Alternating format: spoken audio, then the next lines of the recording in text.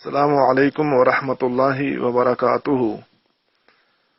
نکاح مسیار کے بارے میں جاوید اقبال بھائی نے سوال کیا تھا، تو اس بارے میں عرض یہ ہے کہ آدمی عورت سے چند شروط کے ساتھ شادی کرتا ہے، جس میں عورت رہائش، نفقہ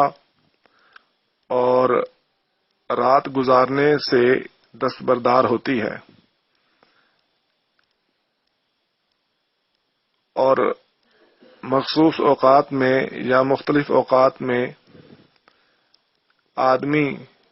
اپنی بیوی کے پاس جاتا ہے اور وہاں ٹھہرتا نہیں، پھر واپس آ جاتا ہے۔ نکاح مسیار کا حکم کیا ہے،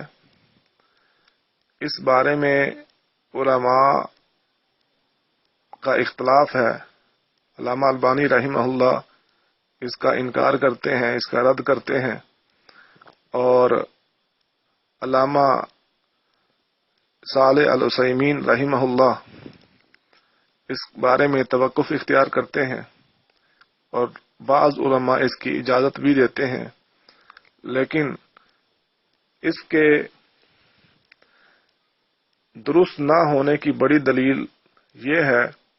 کہ یہ رسول اللہ صلی اللہ علیہ وسلم کے دور میں نہیں ہوا کرتا تھا۔ یہی وجہ ہے کہ اس نکاح کا یا اس شادی کا ایک نیا نام رکھنے کی ضرورت محسوس ہوئی، لہذا یہ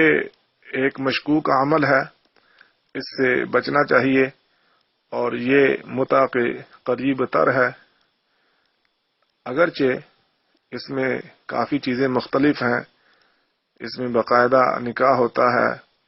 اور گواہ وغیرہ ہوتے ہیں، متع میں یہ چیزیں نہیں ہوتی، لیکن کنڈیشن وہی بنتی ہے اور بہت سے شکوک و شبہات چھوڑ دیتی ہے، لہذا اس سے بچنا ہی بہتر ہے،